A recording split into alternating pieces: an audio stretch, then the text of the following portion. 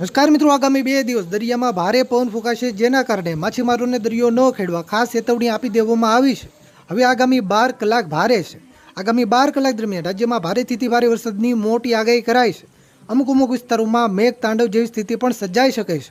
મિત્રો, હવે આગામી 12 કલાક સુધી કયા વિસ્તારોમાં ગાજવીજ સાથે મુશળધાર વરસાદ તૂટી પડશે તેની વાત કરી છે, પણ તે પહેલા આ વિડીયોને એક લાઈક કરવાનું ભૂલતા નહીં. આવી જ રીતે આખું ચોમાસું વરસાદના સમાચાર સૌથી પહેલા જોવા માટે આપણી આ ચેનલને ખાસ સબસ્ક્રાઇબ કરવાનું પણ ભૂલતા નહીં. તો મિત્રો, ખાસ સાંભળજો મિત્રો. પહેલા આપણે ઉત્તર ગુજરાતના વિસ્તારોથી શરૂઆત કરીએ. મિત્રો, ઉત્તર ગુજરાતમાં આગામી 12 થી 24 કલાક દરમિયાન ખાસ કરીને સાબરકાંઠા, પાટણ, મહેસાણા, ગાંધીનગર અને અરવલ્લી જિલ્લાના વિસ્તારોમાં વરસાદની શક્યતા વધારે છે.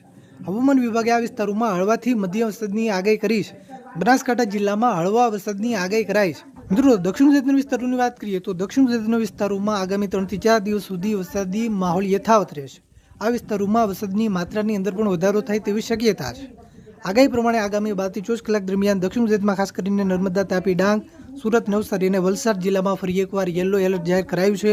એટલે કે આ વિસ્તારોમાં મધ્યમથી ભારે વરસાદ પડવાની શક્યતા વધારે છે. ભરૂચ જિલ્લાના વિસ્તારોમાં હળવાથી મધ્યમ વરસાદની આગાહી કરાઈ છે. મિત્રો, મધ્ય પૂર્વ ગુજરાતના બધા જ વિસ્તારોમાં સામાન્યથી મધ્યમ વરસાદની આગાહી છે, જેમાં અમદાવાદ જિલ્લો હોય, આણંદ હોય, ખેડા હોય, મહીસાગર, પંચમહાલ, દાહોદ, છોટાઉદેપુર અને વડોદરા જિલ્લાના કેટલાક વિસ્તારોમાં સામાન્યથી મધ્યમ વરસાદ પડી શકે. ખાસ કરીને મહીસાગર અને પંચમહાલ જિલ્લાના એકલ દોકલ ટૂંકા વિસ્તારોમાં થોડો વધારે વરસાદ પણ પડી શકે. મિત્રો, સૌરાષ્ટ્ર વિસ્તારોની વાત કરીએ તો સૌરાષ્ટ્રમાં પણ ખાસ કરીને અમરેલી, બોટાદ, ભાવનગર, રાજકોટ અને સુરેન્દ્રનગર જિલ્લાના વિસ્તારોમાં વરસાદની શક્યતા વધારે છે. આ વિસ્તારોમાં સામાન્યથી મધ્યમ વરસાદ, એકલ દોકલ ટૂંકા વિસ્તારોમાં મધ્યમથી ભારે સુધીનો વરસાદ પણ પડી શકે. જામનગર, પોરબંદર, મોરબી, દેવભૂમિ, દ્વારકા, જૂનાગઢ અને ગીર સોમનાથ જિલ્લાના વિસ્તારોમાં આગામી 12 થી 24 કલાક દરમિયાન સામાન્ય વરસાદની આગાહી કરાઈ છે.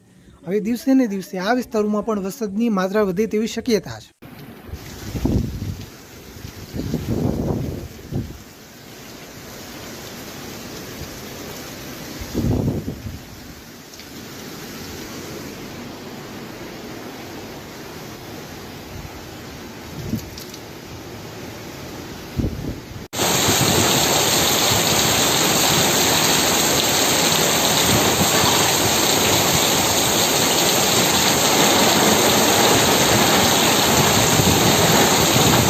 મિત્રો, તમારા વિસ્તારમાં કેવું વાતાવરણ છે? વરસાદ છે કે નહીં? તાપ છે કે તડકો છે? નીચે કોમેન્ટ કરવાનું ભૂલતા નહીં.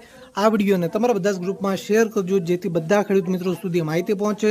આવી જ રીતે આપણા ખેડૂતોના હિત માટેના કોઈ પણ ઉપયોગી સમાચાર સૌથી પહેલા જોવા માટે આપણી ચેનલને ખાસ સબસ્ક્રાઇબ કરવાનું પણ